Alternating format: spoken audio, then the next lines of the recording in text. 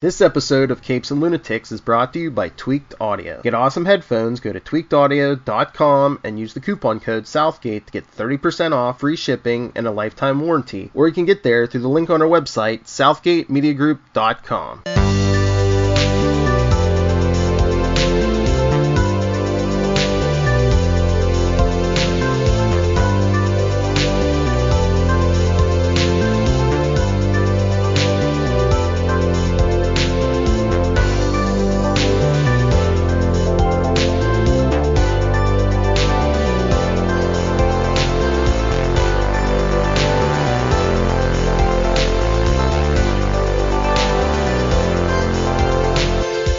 Avast me hearties, and welcome once again to Full Steam Ahead. I am your host, Charlie, the Professor Esser, and with me, as always, is me skinny rich friend. It's Mozz. Hey, Maz. Welcome once again to the penultimate episode of The Boys on Amazon Prime. Stop yelling so much. Kristen's trying to watch the last episode of Watchmen. So Oh, Yeah, I'm trying to watch Watchmen. he's trying to watch The Watchmen. I guess he's the one who watches The Watchmen. He watches The I had Watchmen. my own Dark toy. You had it the whole time. Yeah, and I said, Yes, he has his dog small there. Yes, so, no, I can use it yes, you can use it for stop motion. even though he's not postable. Even though he is not postable, that is correct. Okay, moving right along. We can pretend that I just live postable. Yes, we will figure it out. Okay, tonight's episode, Season 1, Episode 7, The Self-Preservation Society. Never trust a washed-up soup. The boys learn this lesson the hard way. Meanwhile, Homelander digs into his past. Starlight discovers that love hurts. And if you're ever in Sandusky, Ohio, Gotta check out the roller coasters. yes. And if you're ever in, and a girl asks if she can touch your gills, say no. Oh, there's like a Yeah, long- yeah. There's some aggressive ladies out in Sandusky, man. Well, I mean, they're from Ohio. All right. But I'm not going to read that whole dang thing. But yeah, tonight's casting crew, we've got, of course, Daniel Attias is our director. Craig Rosenberg and Ellie Monahan get written by. Eric Kripke gets developed by, and Garth Ennis and Derek Robertson are based on the comic books by. And this is a interesting episode, to say the least. Mhm. Of course, we always say they're interesting episodes because honestly, they're all really freaking interesting. This is a really fascinating story. We are starting to pull away from the source material now, though. Oh, interesting. And yeah. One of the things that we're going to get here is we get what is close to the source material as far as why Butcher imagines what happened to Rebecca happened, but we also, as we see in the next episode, get that completely kind of undone. Right. This episode, if I recall correctly, opens up 8 years ago Mm-hmm. at the Vought party where Rebecca is a social media handler.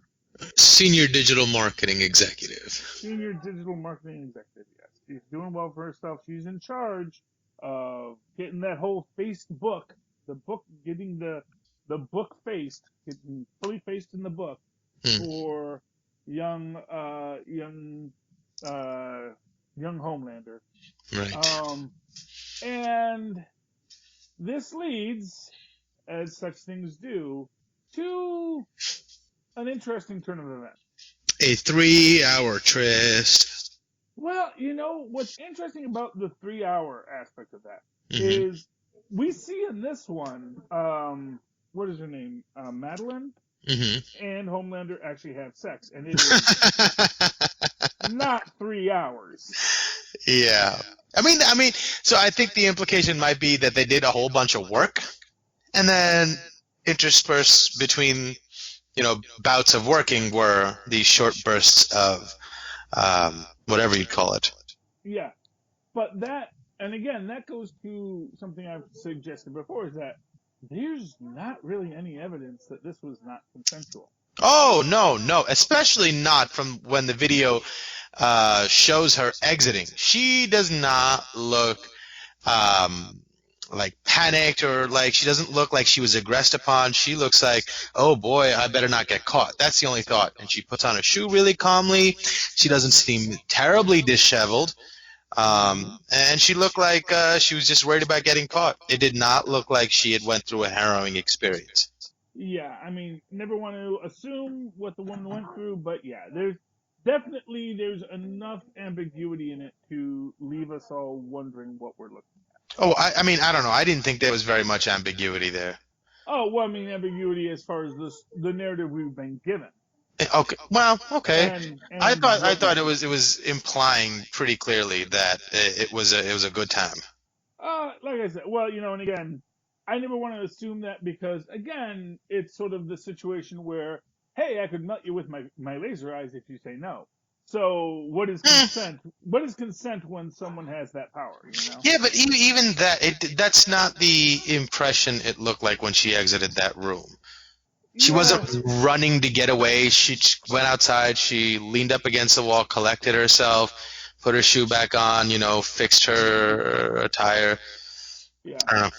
But neither here nor there, Yeah, well, it's interesting, but the whole crux of the biscuit is that we see, and this is sort of the interesting aspect of this concept, is we have Mallory introduced.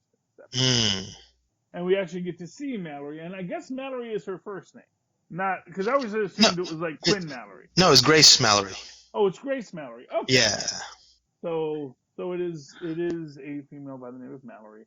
Yeah. And we see that she is really just as manipulative and as self-serving and as apathetic to the plight of others around her. Mm-hmm. Exactly. I mean, he did learn from her, so I mean, he is a refraction of that ethos, I guess, Yeah, exactly. I mean, he is. Okay. Anyway, sorry, Tristan. Come on, be good. Sorry, he's just distracted. So yeah, Mallory comes in and sort of brings him into this world where it's like, and where you almost get the idea that maybe. I mean, we don't know what he was doing before this. We don't know, but you almost get like this kind of interesting parallel between him and Huey, in the sense that they both had this person they loved taken from them, and someone manipulates that loss into a desire for revenge. So no. One question that appears to me immediately is what is Mallory's motivation? What was her defining moment that turned her onto this path to go after the soups? Does the comic books give you any of that? Well, I really don't know. I haven't read the comic book, so I honestly don't even know if Mallory is a character in the comics.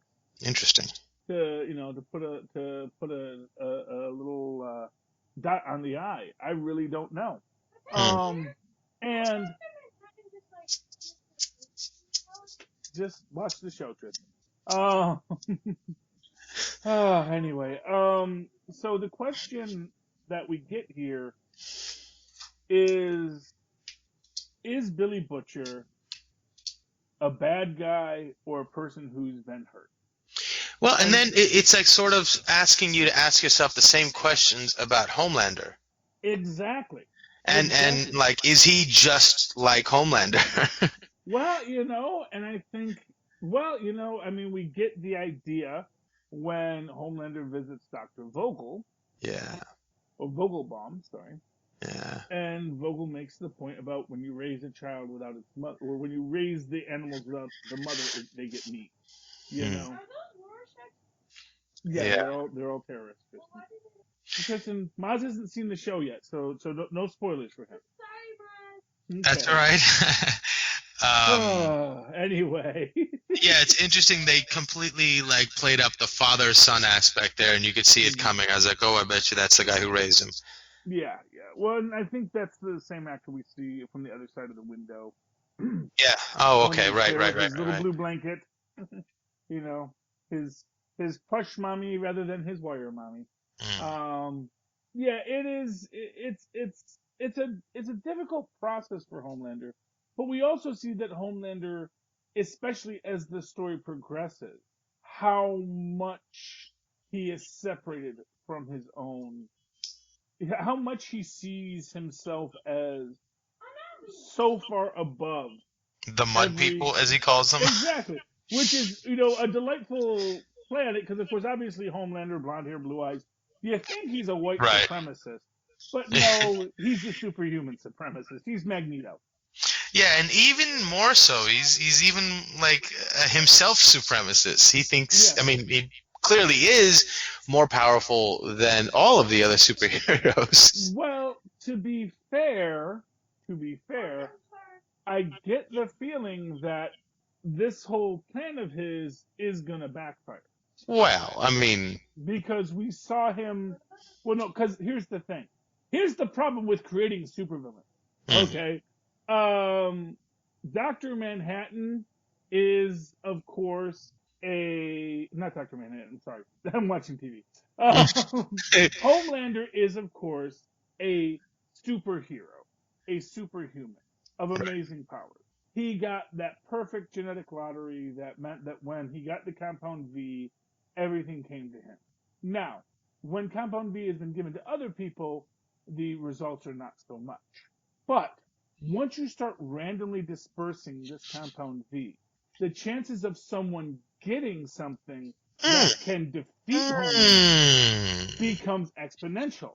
And so this guy that they've created, who's basically Radioactive Man, mm. he blows up just like Radioactive Man did.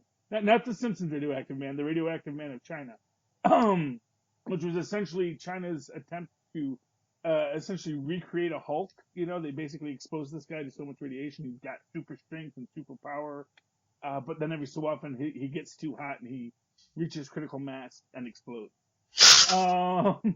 Yeah, but this guy can just explode like that, and it is just a guess by Homelander that the first time this guy explodes in front of him, Homelander's going to survive it. Yeah. You know, yeah, it's like, oh well, I've suffered all these other things before, but also we have to remember the man can't see through zinc. Well, it seems like they said it was a long and arduous process, and there was a lot of research and whatnot involved, a lot of failed attempts involved. Yes. So I'm sure, and then he's Well, pointing to okay. the fact that it's harder to do it on humans. So I'm Yes. sure there wasn't any program that did it with children, That's waiting not 30 quite years what to he bear said. fruit. That's not quite what he said. What he said was there were a lot of mistakes and errors, which means they created a lot of monsters that ate themselves. Or, yeah, that didn't survive. That's the Yes, implication I got. Right, yes, okay. but that not that there were experiments, not that they were trying. It was just literally just randomly dosing people. Hmm. But we're getting ahead of ourselves because before that, we've got the fact that the entire crew gets outed Right. because Mesmer, basically just to try and get back in with Vought's good graces, you know, hands over the phone. He took everyone's picture. He knows everybody, and from Hugh, because they already burned Frenchie, but now everyone gets burned. Mother's Milk, etc. Hmm. And they all got to go to ground. And man, and meanwhile, the female is becoming human again for herself, and you can see how much that means to her. Hmm. And again, the female is this character who you're like, oh man, if someone is gonna utterly destroy Homelander, it may well be the female. Hmm. Oh, we can call it Kimiko now. Oh, Kimiko, yes, yes. I don't, because to me that's her superhero name. Oh, is it? Um, Oh, interesting. well, I don't know if it is, but that's Oh. what she's like, the female. Oh, gotcha, Yeah, gotcha, but gotcha. I dig the it. fearsome female. But She has a name. Yeah. she does have a name. Her name is Kimiko. And the thing about Kimiko is she is, she has Wolverine's healing factor. And actually, even more than that, she seems to have Mr. Immortal's healing factor. Mm-hmm. which means you can kill her and then she just gets back up. And then it just becomes this question of what can break Homelander's skin? What can It might be cause one him of those damage? situations like Doctor Strange and Dormammu, where it's just the repetitive nature of not being able to kill her, Exactly. rather, drains him, and he just doesn't know what else to do. She keeps coming, Oh, and his heck, and mind breaks before his body does. yeah, and you get Mr. Blow you up, you know? Which Yeah, again, we don't know what Homelander can do against him. You yeah. get this idea that they've created these quote unquote supervillains, and you know, again, just to show how poorly thought out Homelander's plan was. Right. Yeah, you know. And I don't think it's far-fetched to think that if they are, in fact, doing a dark parody of the superhero genre, specifically of Superman, that they're not going to have a kryptonite simply to make a funny commentary about the dynamic. Hmm. Yeah, and for what it's worth, I'm inclined to believe that yeah, there's going to be something.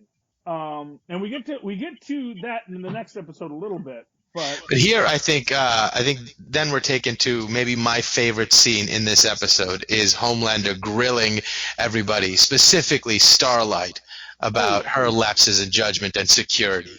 yeah. That was amazing. The way he's talking down to her, and the moment she raises her arm, his eyes turn red, his face turns solemn, and he says, "Sit down, Missy, and keep those hands where I can see." Oh my God, that was so powerful. That was my favorite scene this whole episode. But again, like I say, there's so much of that is Homelander's hubris. Absolutely. Because he doesn't know how powerful Starlight is. I think he's beyond the point of even thinking that it's possible that something can be better than him. He's had so much time of every day repeating, the universe repeating back to him, "You're the best, you're the best." Yes. It's not even possible in his mind that anybody could be. But that's literally because he never had a supervillain. Like literally before this, he was punching down the whole time. Right, he was punching the mud people. Exactly. And you think about it like just not for nothing, you think about, I won't use any modern references, but you think about like anyone at the start of the, Soviet Revolution, the Communist Revolution, or the French Revolution. Everyone who thought they were safe, even going back to which is actually after the French Revolution, but Edgar Allan Poe in The Mask of the Red Death, and Prospero in his castle, just assuming I've built this wall and no one can see beyond my wall, and so the death cannot get to me. And yet here, here it can all come and get him. And I do think that is the problem for Homelander, is he just assumes he can't be beaten. But within that, I once actually, this was a thing I once like came up with this idea for this story about like what if there was a Nazi Superman kind of concept, and how yes, he was able to keep World War II raging for years later, but he was still a single being that had to try and be everywhere, and he could only do so much to try and keep things going. And then once an atomic bomb got dropped, he realized how useless his powers were. And to me, that's the thing with Homelander, that he's created a character he's created a villain who is basically an atomic bomb. I think there's also something to be said for the fact that, people say you wouldn't want to live forever because you'd get bored. The mortality is what makes things exciting. And to some extent, I think he feels the same way about having to constantly fight people that don't challenge him. Nothing is ever a challenge for him. So he's not getting to flex his muscles. So part of him is bored. And you know how people say like self-destruction is the more interesting path, to people of a certain bend. And to him, it's just like, it's better than possibly facing death is better than having no challenge. So he's gone out and created a bunch of titans for him to fight, and so he has a reason to exist, so he's not just a poster boy. So he's creating a rogues gallery simply so the world does need him. More so than to please Madeline or to please the shareholders of Vought. Yeah, exactly. Um, I can't once again, either put something on TV and sit down and lay down, or go to your room. understand. Because I don't need you running around throwing things away or doing whatever it is you're doing right now. I need you to. I want you to lay down and go to bed. It's way past your bedtime. Oh, sorry, Maz. That's okay. I don't know what you're doing with those. They don't need to be watched. Just put them down. Like, anyway, I'm sorry. I'm trying to focus on this show, and I got this little thing jumping on everything. That's quite all Anyway, right. no, it's never all right. Anyway, moving back to the story at hand. Um, I think from there, I think we're taken to Sandusky, A Ohio. Train calling Oh, A-Train. Huey. Yeah, that's the one I wanted to get to. Yeah, A Train calls Huey and lets him know, hey, I'm hanging out with your dear old pa, and you better get down here pretty quick, or I'll run through him faster than I did your girlfriend. Yeah, except it's good, but just prior to this, we get what is essentially the crux of what's going on with A Train, which is that his bone density has dropped, Mm. his heart is enlarged. Mm. He's basically killing himself on the on the compound V. That he is not gonna survive anything that he can't survive what he's doing to himself. And part of me at this point was thinking, it's like, yeah, the health risks are one thing, but the risk of Homelander catching you doing it is way worse. Do whatever you want, Chris. Do whatever you want. So I thought Anyway. that was going to be the angle we were going to go, that he was going to get caught by Homelander. Well, no, I actually think he's gonna. Yeah. We know exactly Right. what happens. That was my thought at that point. I thought it's Yeah. like, oh boy, Homelander told you he'd be watching you, and I bet you he probably was. Well, no, because again, that's what I get to about Homelander. He's Yeah. just a physical being. Right. It doesn't matter that he can hear, a fly fart in Tuscaloosa. Hmm. There's a whole other thing involved with hearing a fly fart in Tuscaloosa. Yeah, you've got to parse through the noise. Well, exactly. And so if he's not in the immediate area to hear that fly fart, to know what A Train's doing, if he's not trying to follow A Train, he's not going to know what the heck A Train's doing. Yeah, no, but I just meant as far as like, when he comes to that meeting, he's going to be able to tell, Like Well, just he already knows A Train's on the V. Right. Like if he sees him, he's going to know, oh, you did the V. Well, yeah, exactly. And he's well aware of everything A Train's been up to. Yeah. And, oh, man, that is actually the saddest part of the story is A Train. Was that in this where A Train admits he's the one who killed Top Claw? Yeah. It's when he it's so great. It's like he's already sort of on the verge, and then when Huey pulls out the blue vial, it just sends his brain into overdrive, and he's not himself anymore. It's immediate. You could see the V clawing its hooks into his brain, and all of a sudden he's a different person. Yeah.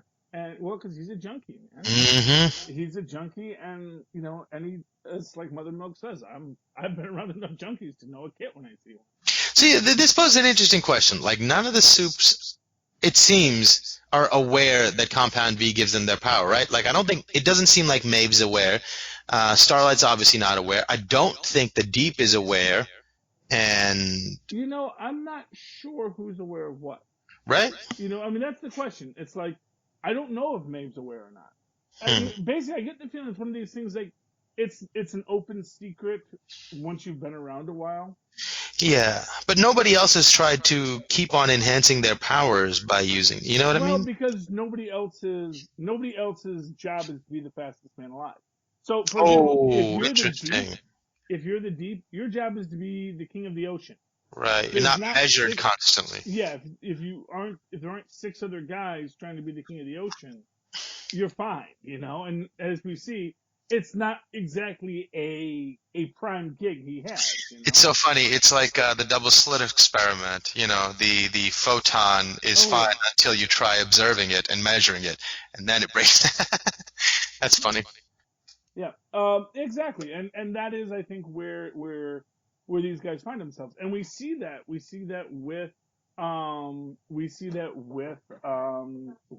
A Train versus what's his name, Shockwave. Shockwave, yeah. Yeah, where already they're saying Shockwave's the fastest man alive because, not for nothing, A-Train gets a compound fracture. Again, because his bone density was so weak, Mm. which means he actually was probably risking breaking his own legs while he was running. Yeah, that's the other thing. When he was pulling that train, I was like, "Oh boy, I can just," because as disgusting as that scene to watch was when the female cranked him with that lead pipe and had his thigh bone sticking out of his leg. That was that was rough. And I was like, "Oh my god, as disgusting as horrifying as that was to watch, I bet you they're gonna give us another really disgusting scene with him breaking his leg. Every time he pushed, I thought it was gonna break."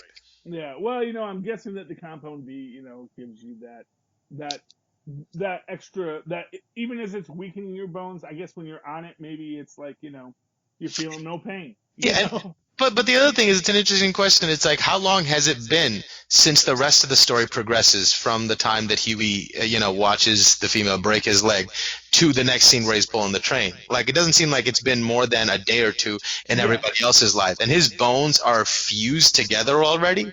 Well, that's what his brother says. It's like, That's come on, crazy. I know you're doing the V again. Because he's doing the V. I just find it hard that even with the with the V that is possible at all. Well, look how fast the female healed. Look how fast Kimiko healed. Yeah, I guess that's true. It's like if this thing is accelerating everything, it's going to accelerate his healing, but it may not heal right, and that's sort of the thing about healing. It's the Deadpool problem, The Deadpool has this awesome healing, but his body never heals back. It like always heals with scars and tumors and bones, whatever. He's just he's constantly torn apart by his own healing factor. And you compare that to Wolverine, who kind of always resets to factory default. He heals, but it's always a clean heal. He doesn't get scars. He doesn't get his constant cellular regeneration doesn't lead to cancer the way that Deadpool does. And so I'm getting the feeling that if you're like Kimiko, that healing factor is going to heal true. But if you're doing the V to get yourself healed, it's like when Wolverine takes the mutant growth hormone at the end of Old Man Logan, and he burns himself out, but he gets super powerful for that moment, but it's going to burn him out. And that's sort of what A-Train's doing here, as we see, I think, in this next episode, what happens to A-Train. This is another interesting question now that you bring, how healing works. Now, in Kimiko's case, when she dies, her body dies, her synapses stop firing, and then it's imbued with life again, electric charge or whatever. Mm-hmm. Do those memories go away and she comes back? Shouldn't it be sort of like if you're restoring to factory settings that it should be a new consciousness? Well, no, because, I guess the memories are still there in the brain? Well, yeah, I mean, however memories are stored, yeah, they just stick around. I mean, it comes into that basic question. Comes into the basic question: is there a soul attached to this body? So it's like Deadpool. When Deadpool dies, and then he like crosses over the veil and he sees death, and he like gets to be with his lady love for a minute, and then immediately gets pulled back into his body, and gets pulled back from death. And that is essentially what Deadpool experiences every time. And that may be what Kimiko experiences. Well, I mean, the other way to look at it is it all housed in the body? So whether or not the soul ever leaves or goes to another place or not, but when that thing comes back to life, the consciousness is still within it, and that springs to life again also. Mm-hmm. I mean, yeah, and that is certainly a fair question on the entire subject. Yeah. At the end of the day, I like to think that Kimiko comes back and she is healed, and it's still the same Kimiko the whole time. That it's not like it's not like what she was lost. Or maybe that's sort of the reason she's so messed up and doesn't like talk or blah blah blah, is that maybe she's been killed so many times and she keeps coming back, and she's sort of confused at a certain point. I think that's a very real concept. I think that's kind of the idea here, because we see after she comes back, that's when she starts. And really, it's interesting. It's like after she comes back, that's when she starts getting herself together. Interesting. Like going back, and maybe it is returning to her factory default, and now she's healing, and and obviously she still can't speak or anything. And it's interesting because just before they break in for them, Hmm. she actually tries to speak. Yeah. And she almost has a moment where she's like, and she realizes, I can make a noise. I can actually speak again. And you Hmm. realize how much the compound V has hurt her. And it Hmm. really raises this question, how many other beings in cages are there out there? Of And it superpowered seems to be beings there's that, like a point of diminishing returns, whether it be the amount of V used or the body's biological advancement and its aversion to it after a certain age. There seems to be a point where you shouldn't be taking it anymore.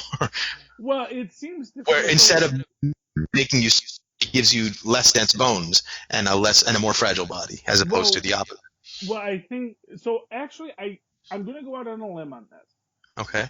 So I'm going to say that essentially, if you were to take V as an adult, you're going to get some kind of supercharged power, but because your body's already established, that power may well cause problems for you. Right. Even So, if you were juiced up from the beginning, whatever your juiced up body is now, whatever it does to it. well, yeah, well, that's the thing.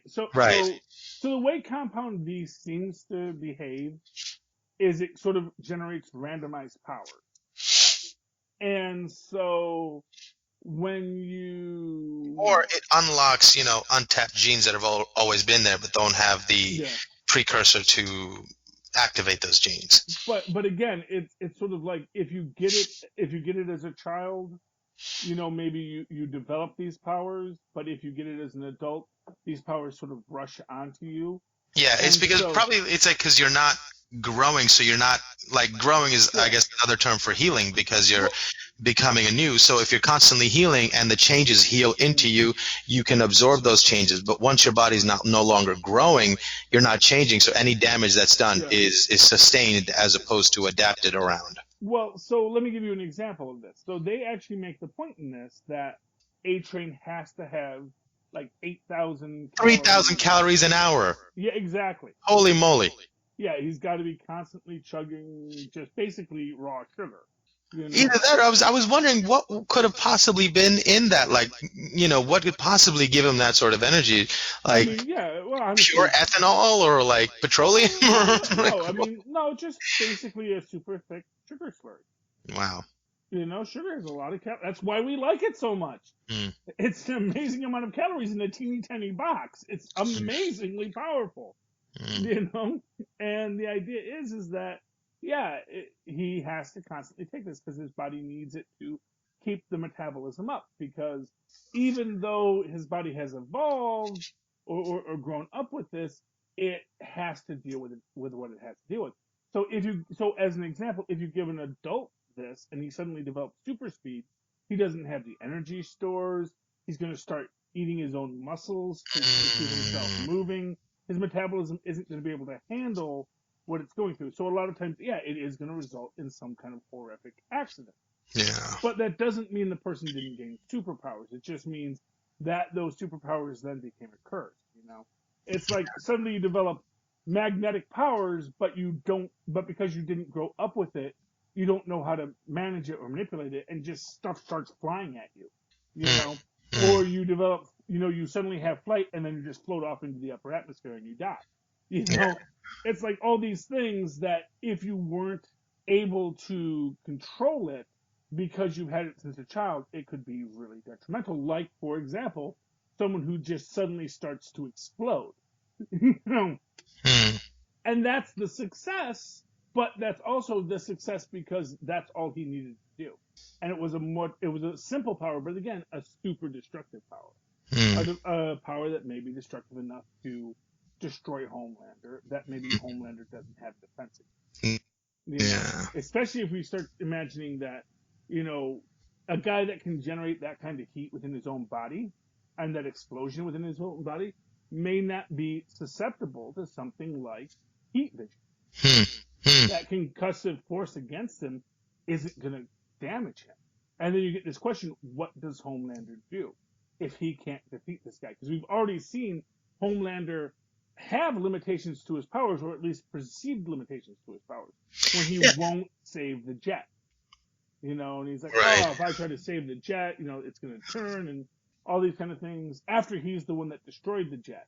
Yeah, I guess laser eyes wasn't the best tactic there. No, it's actually a stupid tactic. Well, no, laser eyes are great if you can focus. If you just do if you do a sweeping laser eye, then it's like, what did you think was going to happen? Yeah. Or You if know, you could use laser bullets, as opposed to beams, just blink really yeah. fast. Well, that's the idea. You could just or just turn it on and turn it off because he doesn't need to do a whole thing. You Well, that's know, what I mean, is to blink his eyes really quick, and he could be like pew pew pew as opposed to bee. exactly. To be fair, Superman, when he does it, he actually has intense control over it. He Hmm. can, in fact, he did this, I think, to what's his name, Manchester Black, Hmm. where he basically lobotomizes the guy while he's talking to him, so Oh he wow. can't use his psychic powers. Basically, it's the final scene of The Shadow with Alec Baldwin, where you're just like, yeah, well, you've been talking. I've basically been using my microscopic vision and my heat vision and my X-ray vision to sever the nerves in your brain that allow you to control people's minds. So now you don't have superpowers anymore. Oh, because you were too dang dangerous. And it's like, first off, aside from the fact, like, whoa, that's kind of messed up in its own way too, Superman. It's sort of one of those moments where you realize, oh, maybe Superman, maybe we got to be careful around him. Maybe Lex Luthor has a point. Yeah. But And yeah, Batman.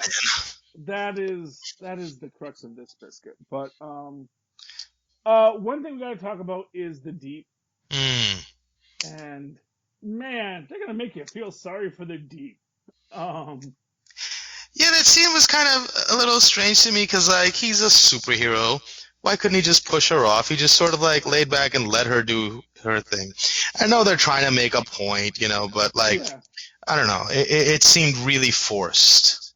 I kind of felt well, and again, it's this idea that and he does push her off eventually, and I get the feeling that maybe this is a problem he's had for a while, because Mm, essentially, so essentially, just to give you that idea of like, who was he before he became a sexual predator? Maybe he's a person who just never gets to have an intimate relationship because as soon as he tries to have an intimate relationship, it gets freaking weird because he's got freaking gills all over his body. and You that's know, why he prefers the company of dolphins.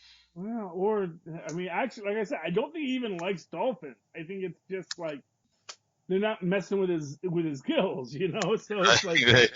because Oh, as I said, the whole scene with the dolphin, I really got the feeling like essentially I got the feeling just to give you a sense of it, if there's an arc to it, that basically the Deep is in a constant state of sexual frustration where people are coming onto him in an exploitive way that he doesn't like.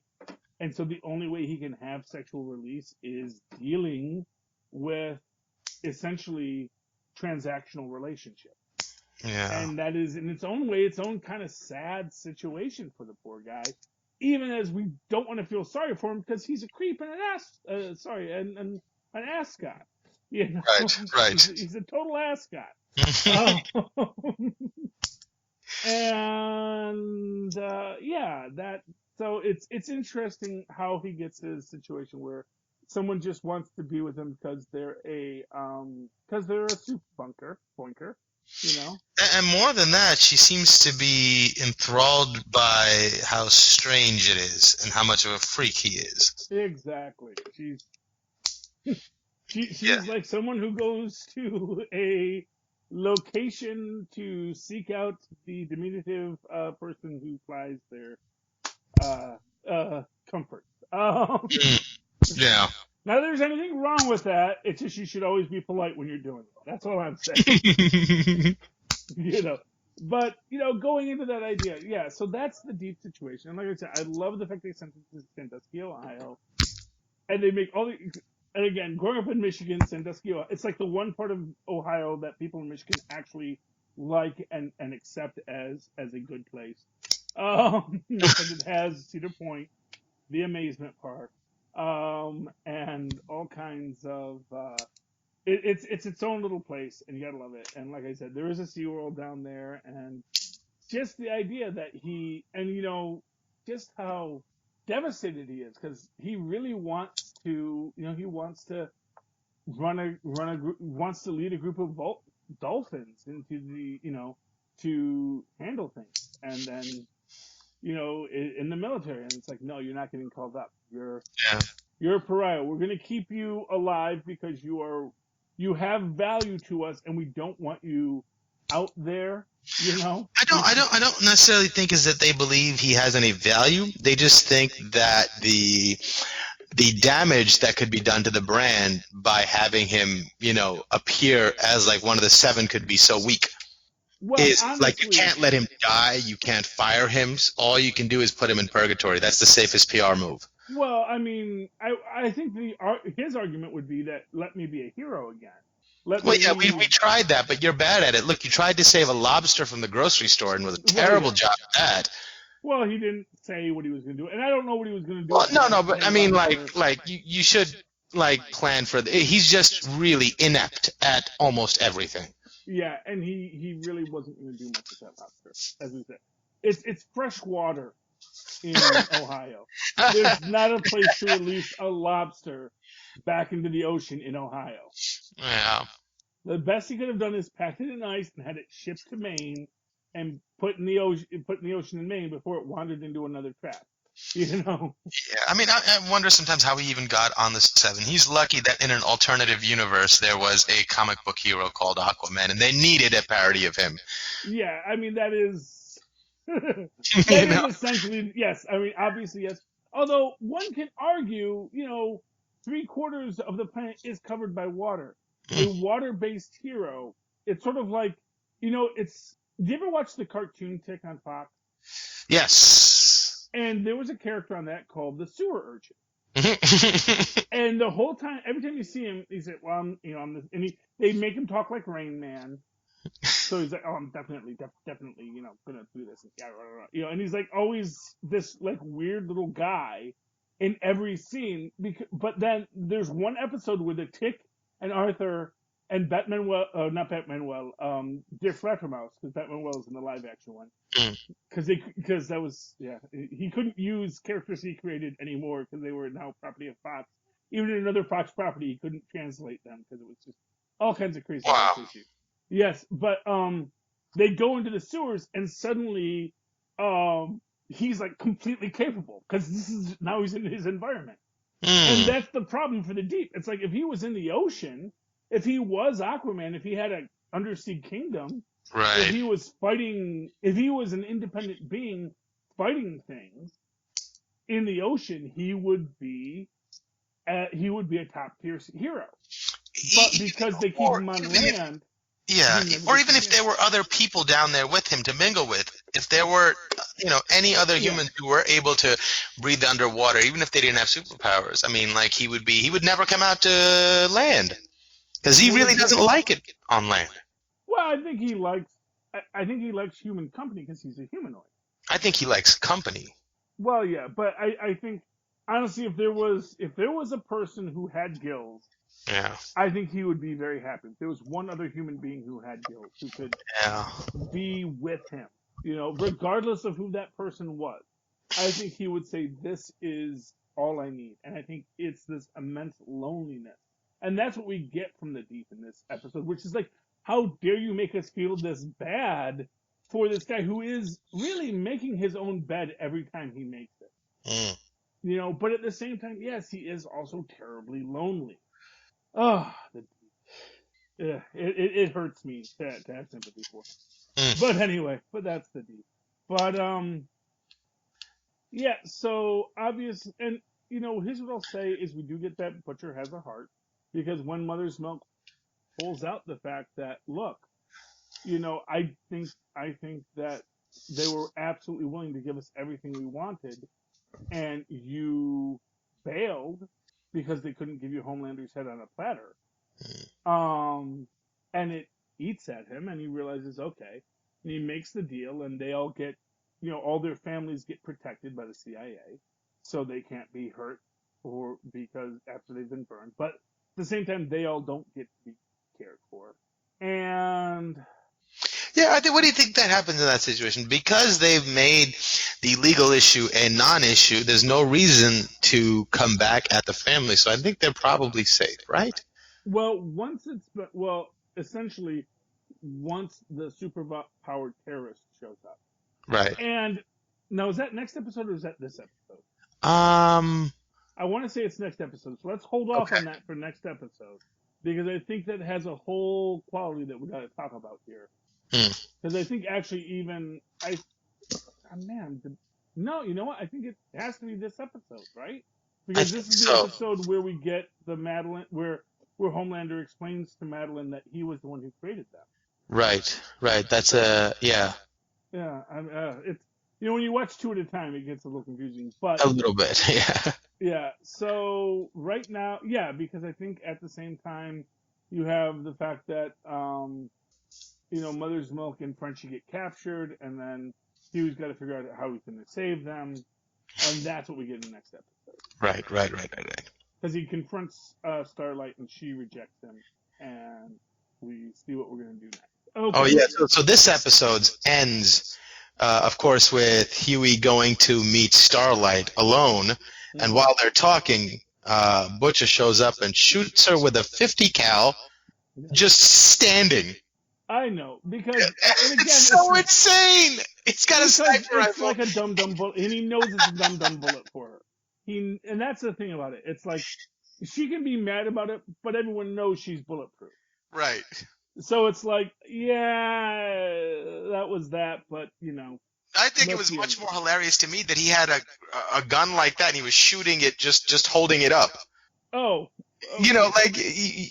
I don't know if that's possible. That sounds so ridiculous. The kickback on that must be so insane. And he's not a super. That seems like such a ridiculous concept to me. Oh, well, I have, first off, he's not using it in fully automatic mode.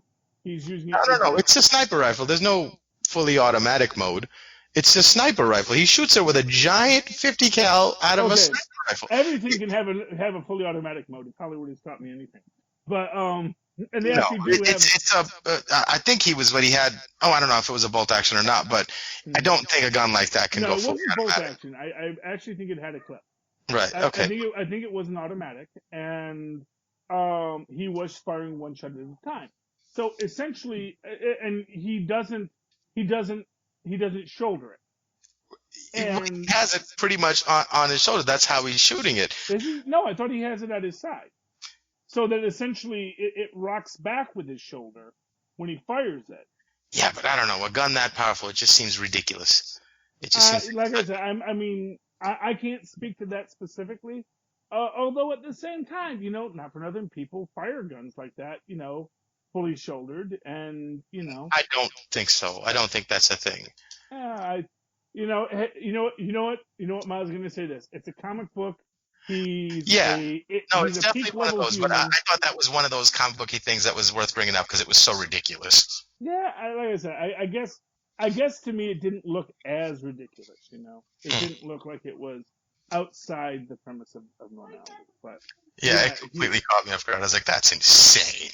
Yeah, well, but yeah, that's what happens there.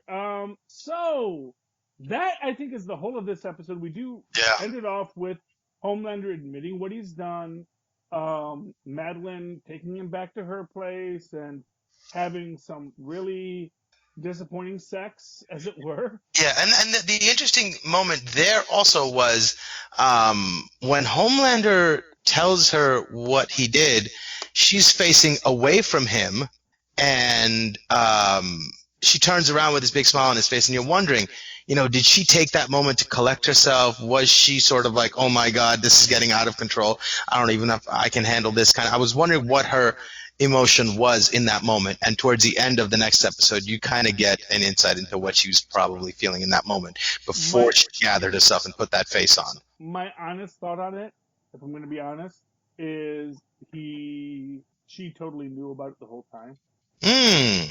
Of course she did, right? Well, because you're not taking Compound V out of freaking Vought headquarters without.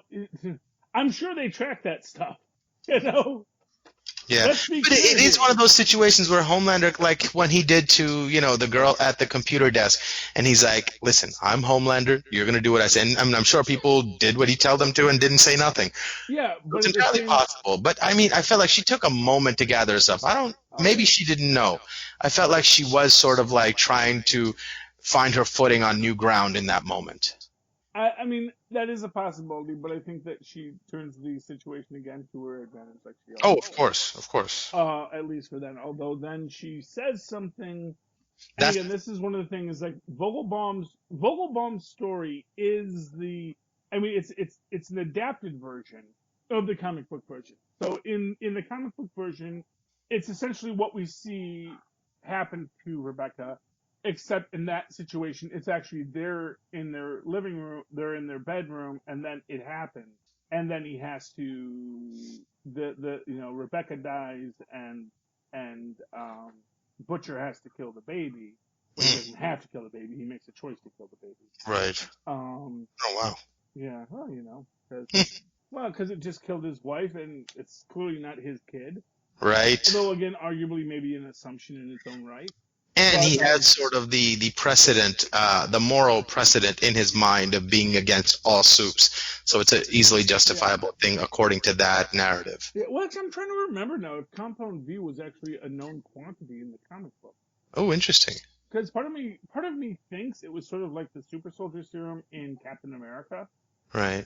where it was sort of something that got created during World War II, and they had this compound that could give you superpowers. I mean, Yeah, isn't there something, I was seeing a video, there's another character in the universe that was the original one because the Nazis did create the Compound V, and there's a character that is almost as powerful as Homelander.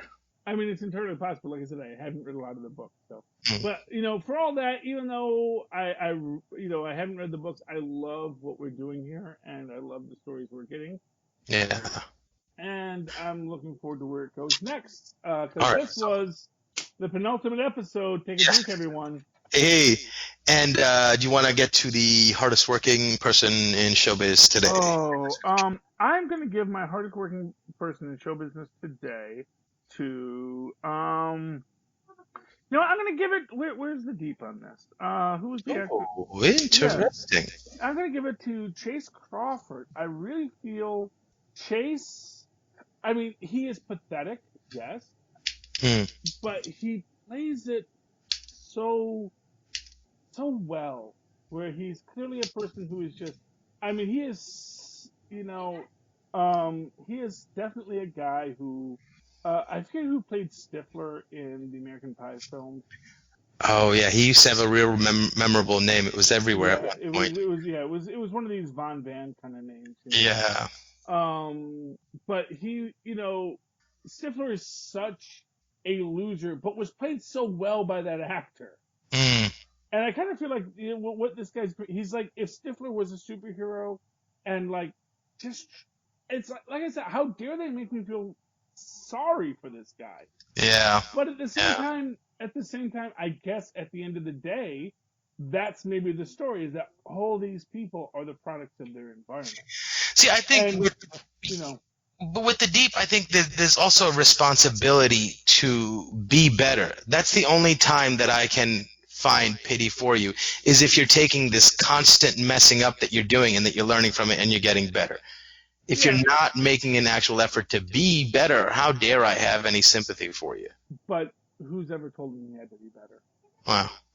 He never had a knuckleback.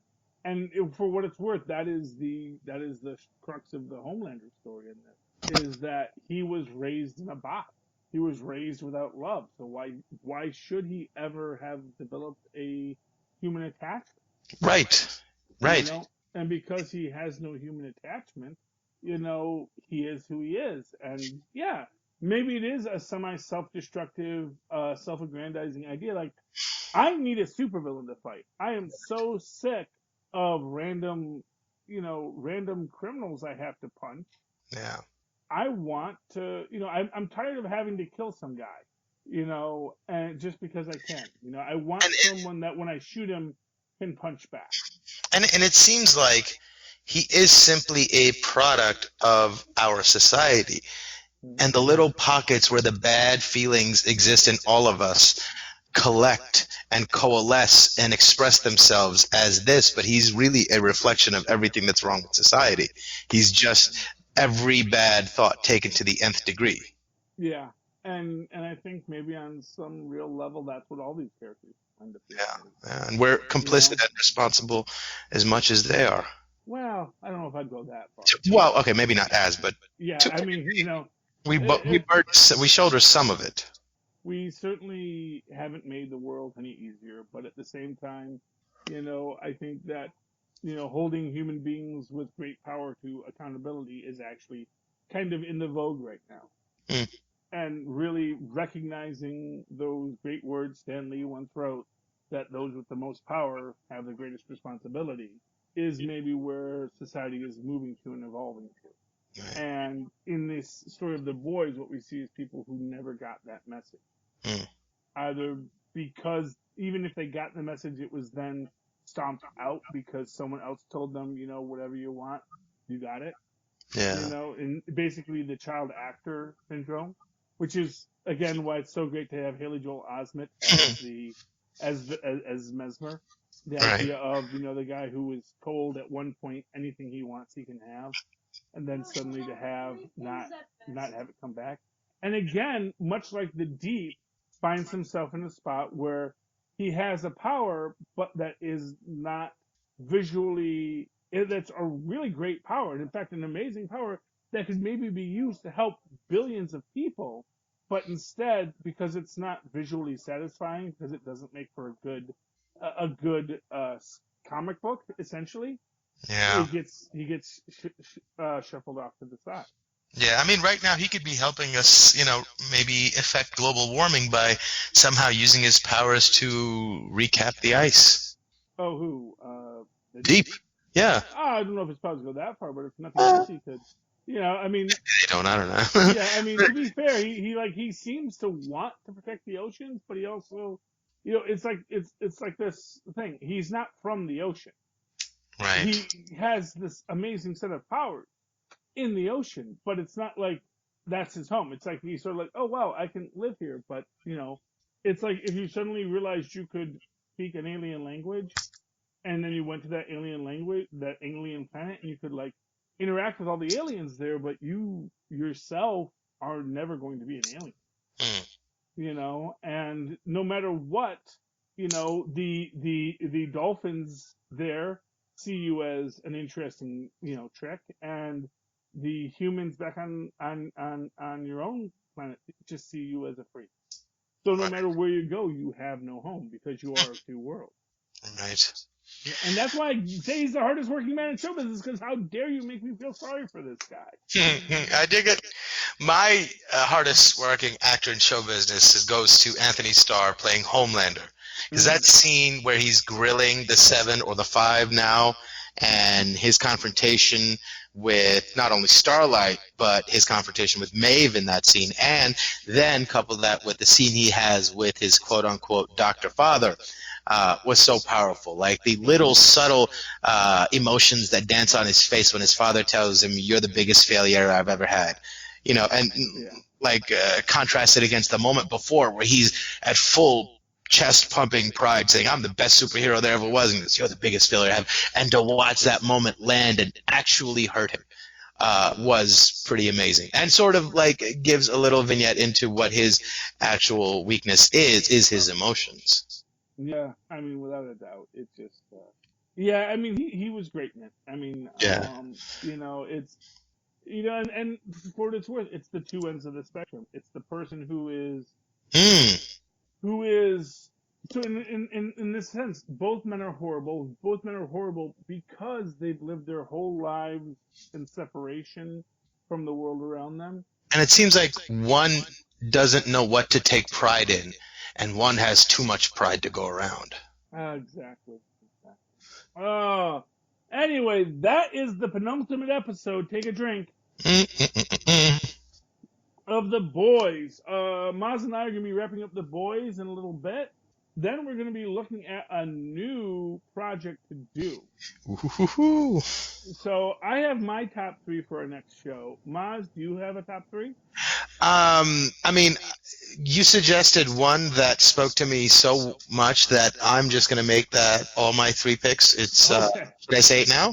Yeah, we Or can say it. okay, So, yeah, because you suggested Black Mirror, Black and as Mirror. soon as I saw that, I was like, oh my god, yes, I would love to do that. That's such a great series, and it's so ripe for philosophical debate about ideas of identity and morality, and that I'm super super excited to get into these conversations. Yeah, so Dark Mirror is one of my picks. Black Mirror.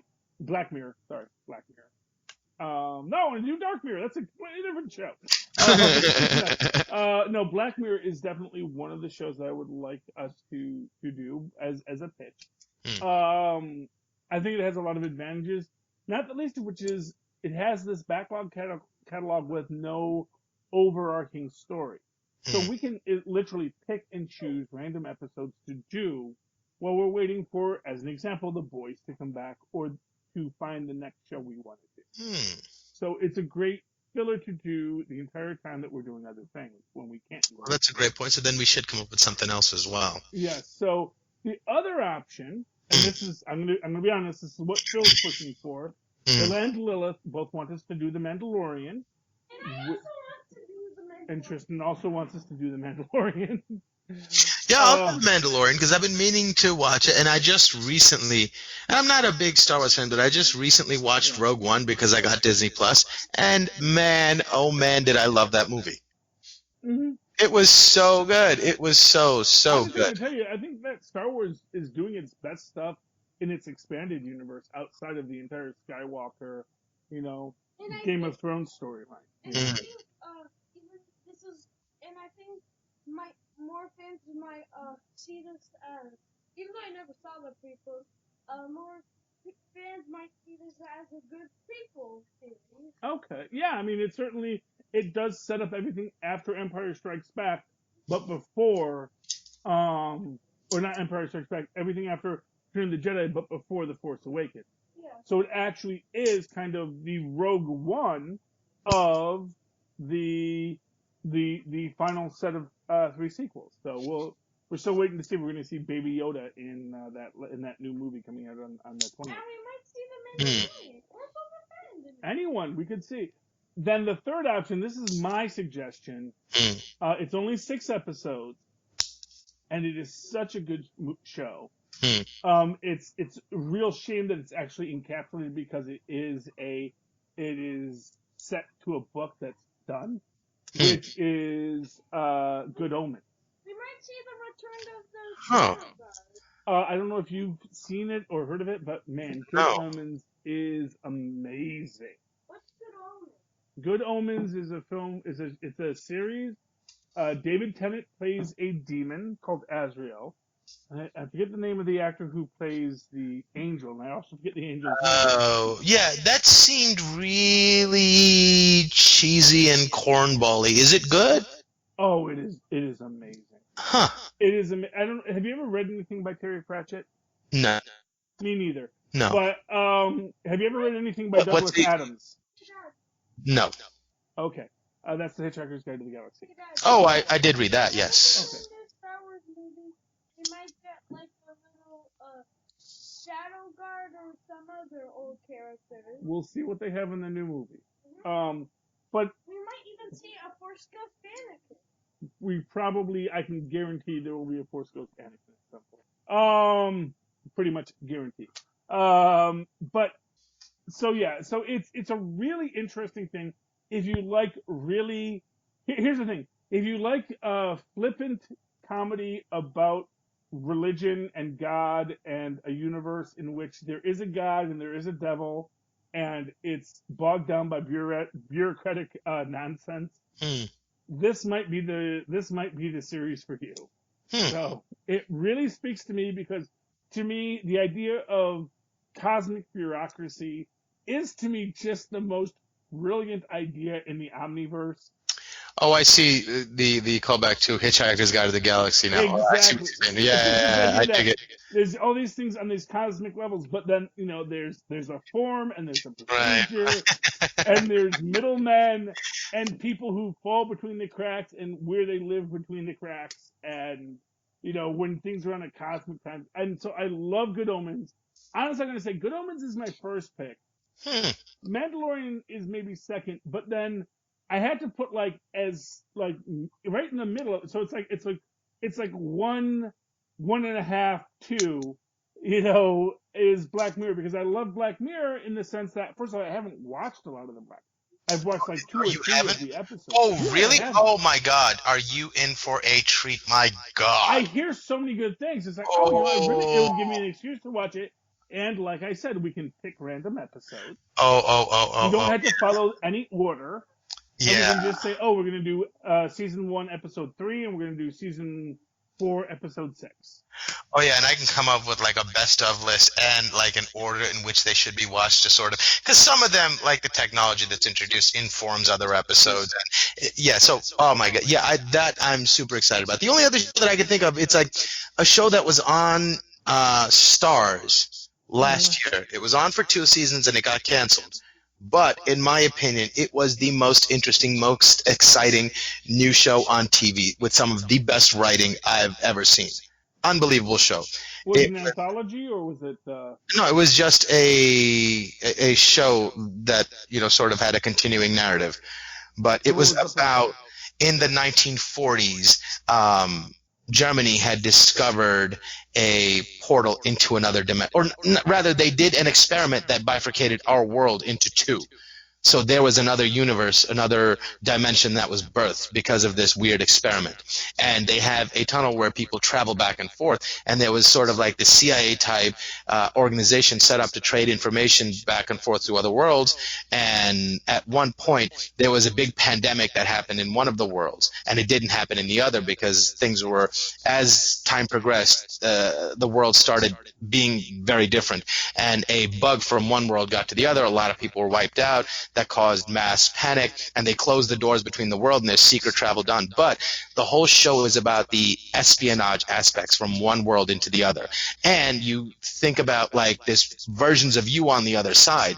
So think about the possibilities of a different version of you coming into your world and kidnapping your world, replacing people. So all these sorts of things. It's an old school spy thriller because the digital age doesn't come into play because the connection between the worlds is very analog.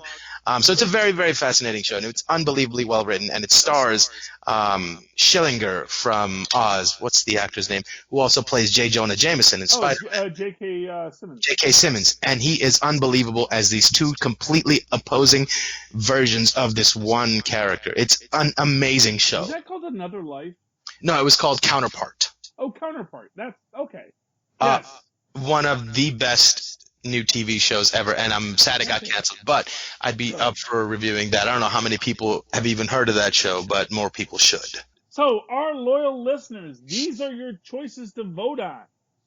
You have Counterpart, starring J.K. Simmons. You have The Mandalorian from Disney. You have... Choose the Mandalorian. You have Good Omens from the good folks at Amazon, and Terry Pratchett and not Dave Gibbons. No, Good Omens. It's by the guy who did The Sandman. Why am I blanking on his name? I'm forgetting his name. Anyway, he's the guy that Neil Gaiman. There we go. Neil Gaiman. Neil Gaiman and Terry Pratchett wrote that together, and it is beautiful. Oh, or Black Mirror, the sci-fi dystopic dark backwards universe that is all the rage on the Netflix. And well, I mean, I think that is one that I think we should just agree to do like in betweens, and every now and then let's do one of those. I think we need a solid show. I think it's too good not to do, and we should do something else on the regular as well. And I like your idea from jumping to episodes and having the freedom to do that. So tell you what, well, everyone's voting. Yeah. Why don't you and I next week, I want you to pick 2 episodes from the Dark Mirror or the Black Mirror for us to do. We will review those 2 episodes for 2 weeks. Well, everyone is deciding what we'll do in the meantime. Yes, that sounds okay. And but in the meantime, I want all of you out there to vote. If you want the Mandalorian, you go shout at us. Do the Mandalorian, you schmendrix. And we're just gestures here for your amusement, so your bidding is our command. So that is how I live my life. Okay, Mozz, we've run real long now, and we Yep. got a whole other episode to do. So where can people find you if they'd like to? Or they can email me at mozzmanzor@gmail.com or find me on Facebook under Mozz Manzor. That's MOZZMANZOOR. And of course, you can always write to me that old-fashioned email way the way Mozz and Mozz once did at superconnectivityblog@gmail.com. That's superconnectivityblog, all one word, at gmail.com. And of course, follow me on the Twitters as I live tweet things, although I haven't recently, although sometimes I do. At Charlie Esser, that's CharlieEsser. Look for the two E's in the middle. For quality. Ding! Ah, you filthy landlubbers! You've come along for another journey. But you already started. And now we're finishing up this episode. Fine. And you can go about your business as you go ashore. But dock with us next week, me hearties, for another episode of Full Stream of Head.